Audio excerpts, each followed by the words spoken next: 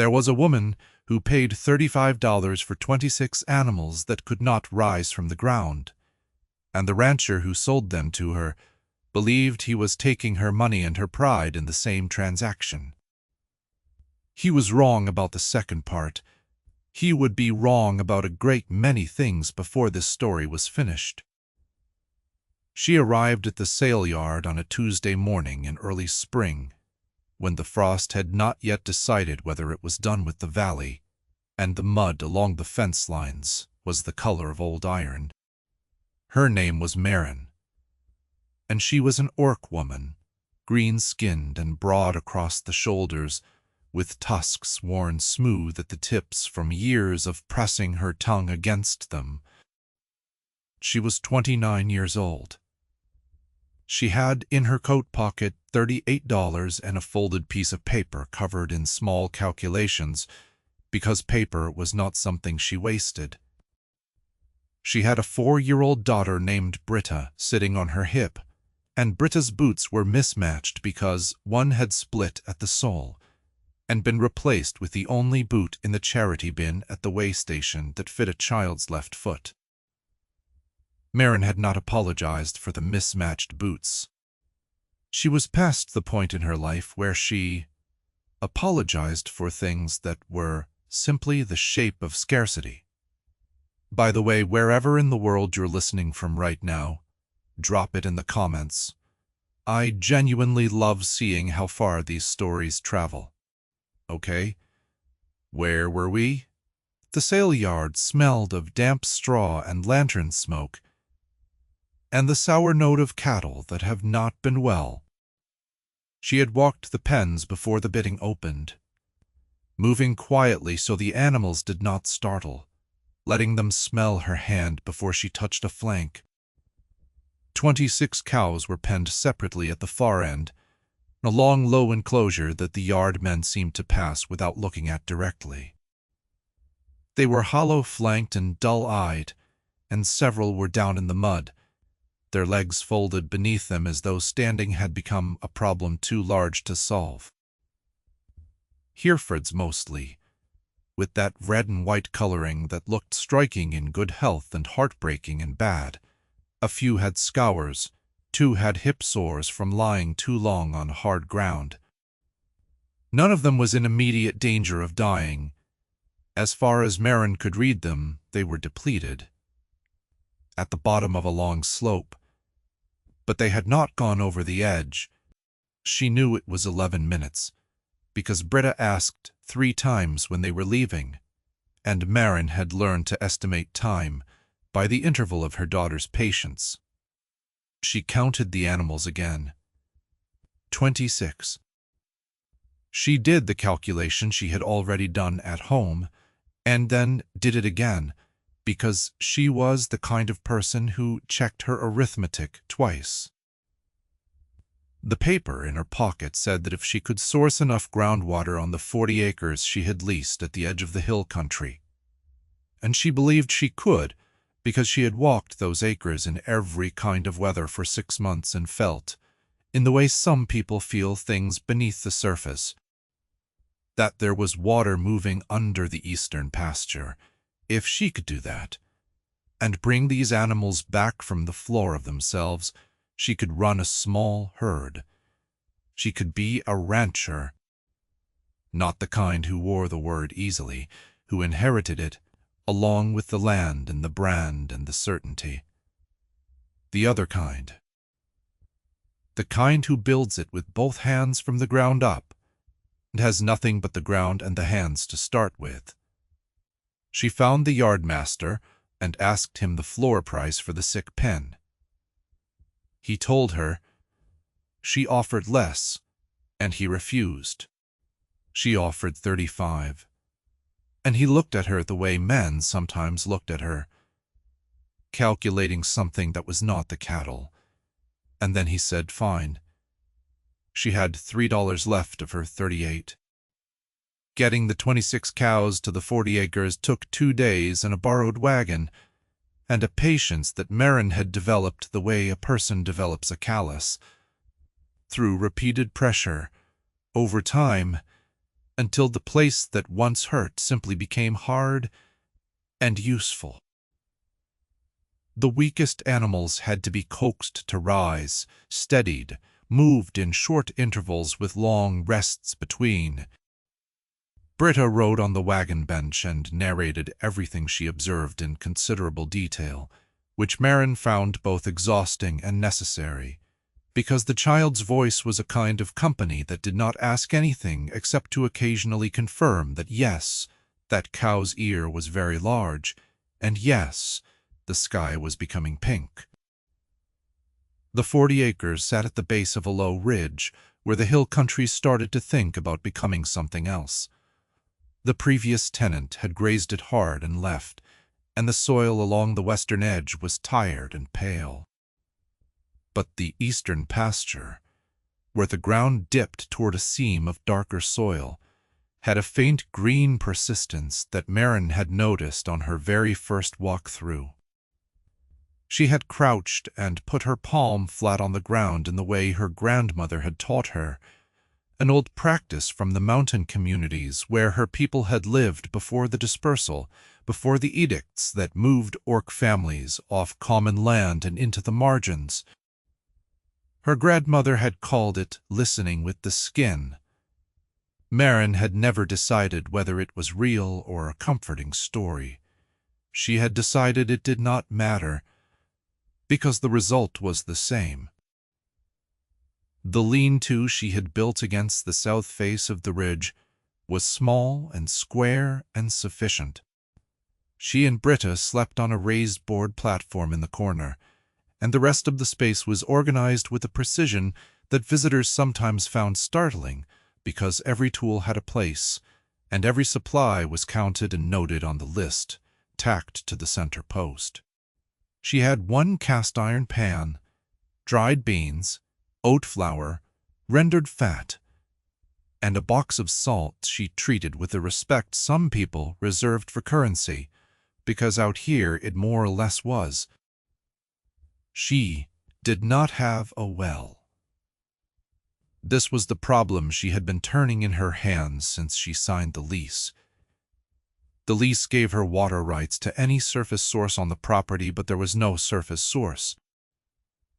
She was hauling water from a public trough 4 miles down the road, 2 barrels at a time, enough for herself and the child, and not remotely enough for 26 cattle in recovery. She had maybe 4 days before the situation became critical. The morning after she settled the herd, a man came down the ridge track on foot. He was tall, with the kind of quietness that is not shyness, but something more settled, and he was perhaps 55 years old, with gray at his temples and hands that told a long history of work, scarred at the knuckles, stained dark at the wrist with what might have been axle grease or earth. His name, she would learn, was Colm. He had the parcel directly above hers on the ridge, 112 acres of managed hill pasture, and a farmstead that had been in a kind of suspended animation since his wife had died 4 years ago. She did not know that yet. She knew only that he was coming down her track without being invited. She set Britta down, told her to stay by the lean-to, and walked toward him with her hands loose at her sides, and her face arranged in the neutral expression she had learned to use as a first response, giving nothing away until she understood what was being asked of her. He stopped at a respectful distance. He looked at the herd in the eastern pasture, where 3 cows had managed to stand and were nosing at the thin grass, with a cautious hopefulness Marin found encouraging. He said, "I heard you bought Garen's sick pen." She said, "Yes." He said, "There's a spring on my land. Comes out just above your property line, then goes under. I've wondered for years where its surface is. If you put a rod down on your east side, that might be where it comes up."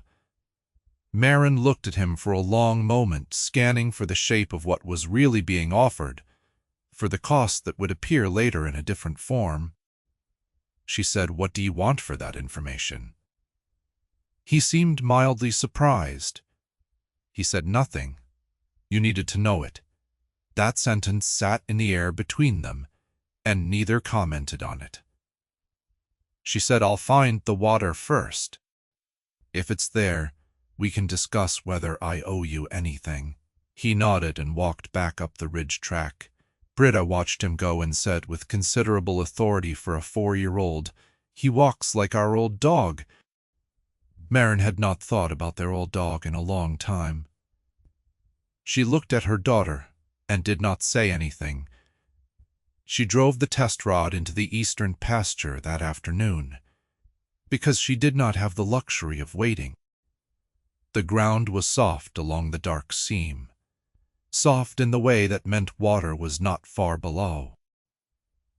She worked 3 hours with the hand auger, sweating through her coat, and then the bit dropped into a layer of wet sand, and the water came up around the shaft, slow and steady and cold, tasting of iron and limestone. She stood in the eastern pasture with her hands on the auger and her face tipped to the sky. She did not cry, because that was not her way, but something in her chest released, something she had been holding compacted and inward for longer than she could name. 26 cows, water beneath the ground, $3 in her pocket, and a cast-iron pan. It was enough. It was the beginning of enough. She did not see Colm again for 3 days, and in that time she did not think about him much, because she was occupied entirely with the cows. Recovery from depletion is not a dramatic process. It is slow, and it requires the same attention given every day without exception. She moved the animals to the eastern pasture, soaked dried beans into a thin mash to re-establish gut bacteria in the worst cases, and checked each animal morning and evening, noting progress in a ledger in increasingly small handwriting as the pages filled. She moved through the herd the way her grandmother had moved through the mountain forest, quietly and without agenda, letting the animals determine the pace of their own improvement. One downed cow would not rise. She was an older Hereford with a notch in her left ear and eyes that were present and aware, but a body that seemed to have decided it was finished with the effort. On the evening of the 3rd day, Maren sat with her for an hour, her back against the cow's side, Britta asleep in the lean-to. The air had the cool, clean smell of hill country at night, cedar and stone and distant water. The cow breathed in long, slow pulls. Maren talked to her in a low voice, in the old mountain Orc dialect she had grown up with before she learned to leave it behind in certain company. She talked about nothing in particular, the spring, the calculations on the paper, the way Britta's mismatched boots slapped together when she walked. The cow's ear moved, listening. She was on her feet by morning. But, on her feet, Colm came by on the 4th day with a bale of good second-cut Timothy hay on the back of his wagon. He set it inside Maren's fence line without being asked, and started to leave. He said nothing yet. I'll tell you when, she said. I prefer to know the terms. He turned back. He said, the terms are that I have a hay surplus and you have cattle that need it. She looked at him for 3 seconds. She said, all right. He left. She stood, looking at the bale. Britta came and stood beside her, and also looked at it with the same evaluative expression, and Maren thought, not for the first time, that her daughter had inherited something useful. The weeks that followed were the kind that do not announce themselves. They simply accumulate, the way soil accumulates one layer at a time, and only later do you look down and realize there is depth where there was not before. Colm came down the ridge track every 3 or 4 days. usually with something practical: fence wire, a spare gate hinge, once a jar of dark molasses for cattle feed. He never stayed long. He never asked where she had come from or why she was alone. She learned about his wife, whose name had been Sayaban, from another direction. The woman who ran the dry goods store in the nearest town, a compact, no-nonsense widow named Mrs. Harpy, who had decided on first meeting Marin to simply be useful and skip forming opinions about things that did not concern her, told her that Calm had not been to a social gathering since Sayoban's passing, that his farmstead had been running on mechanical efficiency ever since, his hands busy and his interior life apparently closed for the season. She said it without pity, which Marin respected. It was stated as a fact, the way weather is a fact. Marin thought about that later. She thought about what it was to take the part of yourself that had been most alive and seal it away because the alternative was something you did not have the resources to survive. Not through widowhood, but through other kinds of loss. Through a marriage that had not been a marriage so much as a slow reduction, a man who had used the prejudice of the surrounding community like a tool, pointed to her green skin and her tusks and her accent, and said, quietly in private, that she was lucky he had decided she was worth tolerating, that Britta was lucky too. She had taken Britta and $3 and a change of clothes for each of them, and walked out on a morning in autumn when the leaves were coming off the cottonwoods. No dramatic scene. Only the sound of the door closing behind her, and the child's warm weight on her hip, and the road ahead, which had eventually, by a route that took 6 months and many way stations, and the kind of persistent forward movement that is not hope exactly, to a 40-acre lease and a bad pen of 26 cows and a folded piece of paper with calculations. She had not told anyone this story. It was a thing that had happened that she was still in the process of incorporating, the way a tree incorporates a wound, growing around and past it without forgetting the shape of it. She told Calm in early summer. She had not meant to. They had been in the east pasture together, looking at 2 cows with minor leg swelling that she wanted a second opinion on, and afterward they were standing at the fence, having run out of practical topics, and found themselves in the territory that comes after. The evening light was the color of old brass. Britta was asleep early for once, and the herd was settled and breathing, taking up space in the good way, the way of living things no longer in crisis. She told him the outline. Not all of it. The outline. The marriage. The slow erosion. The way a person's sense of their own worth becomes something another person holds and dispenses or withholds according to their mood. The particular cruelty of being told that your people were the problem, that the difficulty of your life was the predictable consequence of being what you were. She told him about leaving, and about Britta, and about 6 months of waystation cots, and borrowed charity, and the $3 that stood between herself and a category of poverty she did not allow herself to fully imagine. She told it plainly, without performance, watching the herd while she talked rather than his face. Her voice was the same voice she used when describing a fence repair or a water calculation. Level. The way you speak, when the facts deserve to be stated clearly. When she finished, there was a silence that lasted long enough to have weight. He said, "The man who told you to be grateful." She waited. She nodded. The evening light shifted. A cow lowed somewhere in the pasture, a low, contented sound, the sound of an animal that has enough. Marin pressed her tongue briefly against one of her tusks, the way she did when she was thinking hard. And then she turned from the fence and walked back to the lean-to where her daughter was sleeping. She had told the story. The story had not broken anything. She considered that quietly over several days. August came with its particular weight. The herd was on its feet now, all 26 of them, and the oldest Harford with the notched ear, the one who had taken the longest to rise, the one Marin had spoken to in the mountain dialect in the dark, was, against most expectations.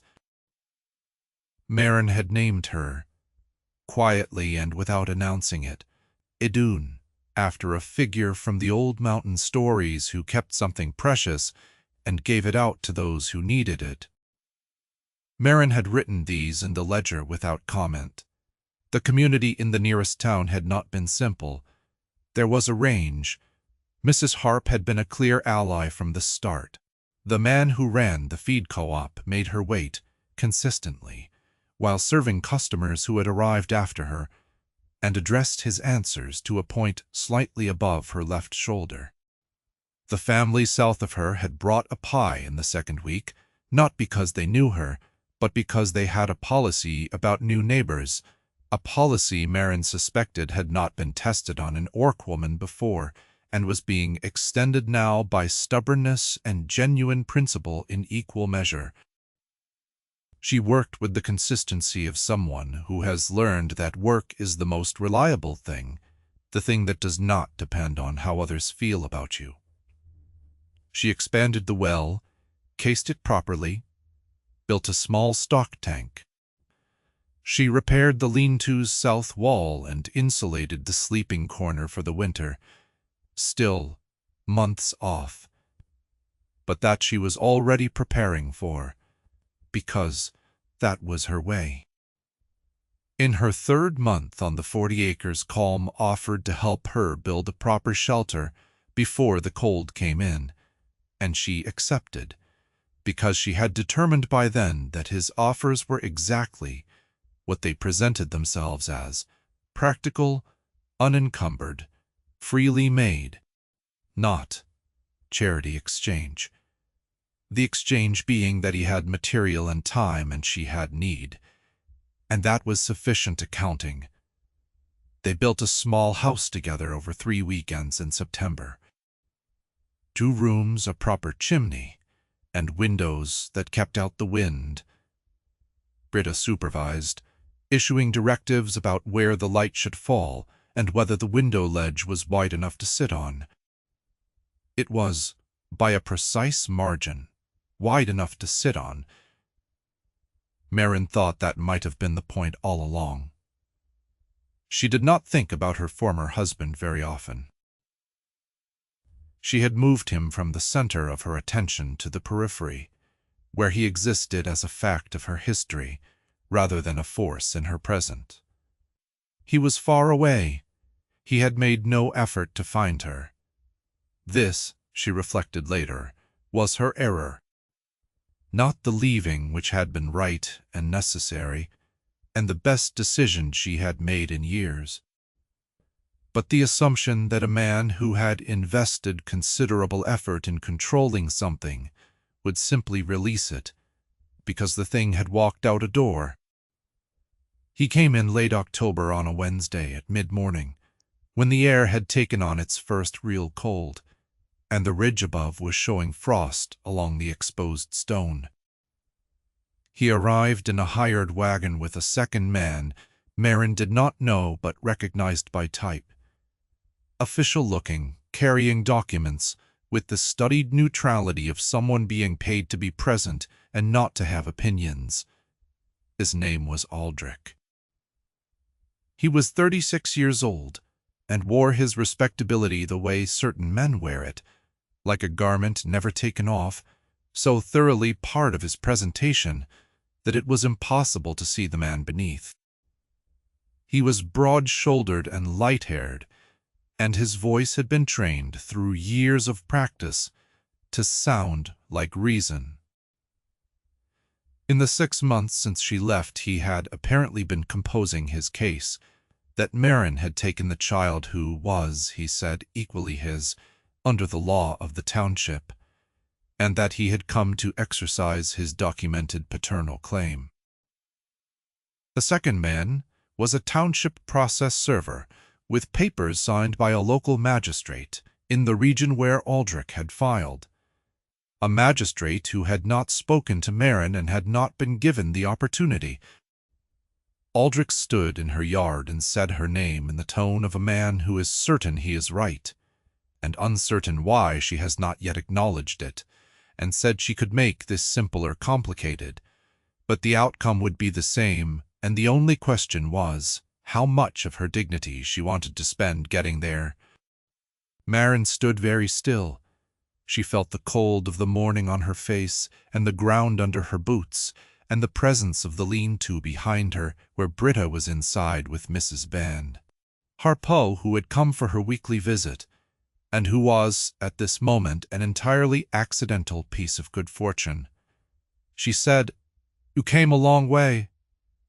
He said, "I didn't have to. You could have stayed." He said, "Come home, Marin. Bring Britta. This can be settled quietly." Settle quietly. She knew that phrase from the inside. She had lived inside it for 4 years. What it meant was, do not speak where anyone can hear you. She went into the lean-to and spoke briefly to Mrs. Harp. Then she sent a message up the ridge track to Colm with the neighbor's eldest boy, who happened to be passing. The message was simple. There was a man with papers and she would like a witness. Colm came down in 20 minutes. He was not alone. With him was a man called Reverend Sable. Not a reverend in the religious sense, but the nearest thing this part of the hill country had to a neutral arbitrator, a retired civil recorder, who had spent 30 years in the township administrative offices of 3 different jurisdictions, shape of a joint. Colm had been direct with him. Papers were being served on a woman with no representative and a child at risk. Reverend Sable had put on his coat and come. Harp had quietly alerted the neighbor family to the south, and they had come, and the co-op man, who, for all his habits about line order, had a view about men who arrived with papers and threats that was distinct and surprisingly principled. There were 8 people in Marin's yard when Reverend Sable asked Aldrich to show him the documents. Aldrich showed them with the smooth confidence of a man who expects this part to be straightforward. Reverend Sable read carefully and without haste, then asked 2 specific questions about the jurisdiction of the filing magistrate and about whether the named respondent had been notified of the proceedings. The answers which the process server gave, because Aldrich was not in a position to give them honestly, were instructive. The filing had been made in a jurisdiction where Marin had not lived for 6 months. The respondent had not been notified. The document was a claim, not an order, and in the administrative framework Reverend Sable had spent 30 years working within. A claim filed in an absent party's previous jurisdiction without proper service. One challengeable on 3 distinct procedural grounds before it ever reached a hearing. Aldrich began to speak. He spoke at some length and with increasing volume about his rights and the child's welfare and the known difficulties of Orc women managing property. And here he gestured at the newly built house, with the 2 rooms and the proper chimney, which did not serve his argument as well as he had perhaps hoped. That last category of statement arrived into the yard like a stone dropped into still water, and the ripples were visible on every face present, including the co-op man's Marin. Let him finish. Then she spoke. She had not planned what she was going to say, and that was, she understood afterward, probably why it worked. She was not performing. She was not constructing an argument. She was telling the people in her yard what her life had been, in the plain language she used for plain facts, in the same voice she had used with calm in the evening light, level, exact, the way you speak when the facts deserve to be stated clearly. She told them about the marriage,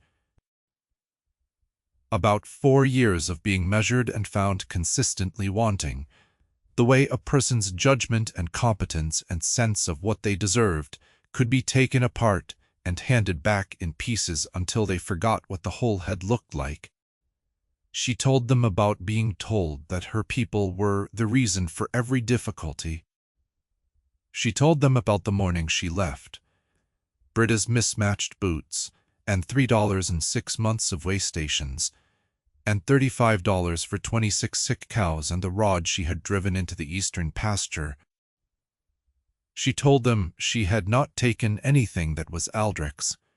She had taken herself and her daughter, who was hers, and she had come here, and she had built something. She had built something. Aldrich said her name in the tone of a man losing his footing while attempting to sound as though he is not. Reverend Sable said to the process server, "I would recommend to your employer that he pursue this claim through proper channels, beginning with notification in the correct jurisdiction. This document does not compel compliance today. If he wishes to file correctly, the process takes a minimum of 45 days and requires notification in the jurisdiction where she currently resides." He folded the papers and returned them. "He is welcome to seek a second one." Aldrich looked at the faces in the yard, one by one, and there was not one turned toward him. He was a man who knew how to work a room, and he knew the room had gone against him. He said something about proper channels and inconvenience that no one later agreed on exactly. Then he got in the hired wagon and left. He did not look back. The narrator notes this without comment, because there is nothing to add. The co-op man was the first to speak. He said to Marin, addressing her directly for what was, she noted the first time, "Anything you need from the co-op this week, you come straight to the counter." He said it gruffly, in the tone of a man issuing a practical correction rather than an apology, which was probably the only form available to him. Marin accepted it in the spirit offered. Harp came out of the lean-to with Britta on her hip. Britta looked around the yard with the focused attention of a 4-year-old assessing a situation she had not been present for, and said, "Where did the loud man go?" Marin said, "He left." Britta considered this and said, "Good." Calm caught Marin's eye across the yard. He did not say anything. He nodded once, a small, complete gesture. She nodded back. That was sufficient. The weeks after Aldrich's visit were quieter than the weeks before. The way that sky after a long storm is quieter. Not merely the absence of sound, but a different quality of air entirely lighter, carrying more space in it. Marin moved through her days with the same discipline she had always brought to them, but she noticed a difference in small ways. She apologized less. She had always apologized reflexively, in the manner of someone who has been made to feel that her existence inconveniences others, and she was not sure when the habit had formed or how long it would take to fully unform. But she was aware of it now, which was the first condition for change. When she found herself beginning an apology for something that required no apology, she stopped. Sometimes she replaced it with a statement of fact. Sometimes she replaced it with nothing.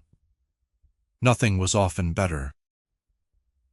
In November, she counted 25 of the 26 as fully recovered and fit for the modest productivity she had planned for. The 26th was Idun, who was not unwell, but was elderly, and whom Marin had quietly decided would not be sold or processed, but would live out her years in the east pasture. Marin had not told anyone, and did not apologize for it. She had bought 26 animals for $35, less than $1.35 each, and had brought them up from the floor of themselves, and they were alive and on their feet, and belonged to her. And she had a house with 2 rooms, and a chimney and a window ledge wide enough to sit on. It was December when Colm asked her. He did it without preamble, directly, because he had decided it was the right thing to say, and that embellishment would not add anything. They were in the east pasture, by the well, in the early morning. The frost was on the ground, but softer now, the kind that would be gone by 9 o'clock. Idun stood nearby in her settled way, ear-notched, watching. He said, "I would like for you and Britta to stay." He said, "I mean that differently. I mean, I would like to make it a more considered arrangement." She was quiet for a moment. Then she said, "You would have to understand some things." He said, "Tell me." She said, "I don't stop working. The 40 acres is mine. The herd is mine. The calculations I make are mine to make." He said, "Yes." She said, "Britta makes her own opinions about people and I don't override them." He said, "She's already made her opinion of me." "I'm aware of it." Marin looked at him. A very small smile appeared at the corner of her mouth, the particular smile that happened when she was not trying to smile, and something broke through anyway. He had seen it perhaps 4 times, and each time it startled him a little, the way a light coming on in a window at dusk startles you, even if you knew someone was home. She said, "All right then." He said, "All right." Idun moved off through the frost-pale grass toward the water. They did it simply, in January. Reverend Sable, who had a secondary qualification in civil registration that he rarely mentioned, performed the registration. Mrs. wore a new hat. The neighbor family from the south came and brought a dish of something warm, as was their policy. Britta wore matching boots which Marin had found at the dry goods store in Britta's correct size. Both of them, and Britta had insisted on wearing them for the occasion, and then taken them off immediately after, because they were stiff and gone back to the mismatched pair, which seemed to Marin entirely correct. She had not sung in the old language in a very long time, had kept it back, confined it to the dark of the lean-to and the pasture at night when she spoke to a sick cow. On the morning of her wedding, Britta found her at the window of the 2-room house while Colm was still up the ridge preparing to come down, and said with the directness children deploy without understanding the weight it carries, "Sing the morning song." The morning song was an old mountain orc song Marin's grandmother had sung at daybreak. 3 phrases repeated. Something about the ground being present and the light being sufficient. She had not sung it aloud to another living person since before Britta was born. She sang it.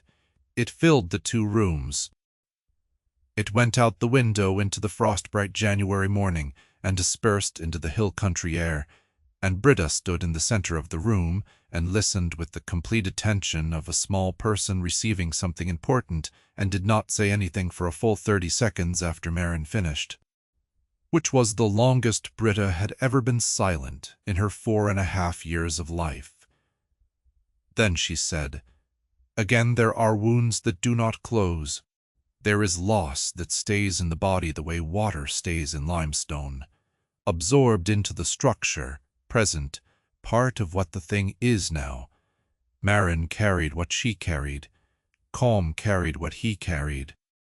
The farmstead on the ridge and the 40 acres at its foot were not a replacement for anything, not an erasure of the years before, not a clean page.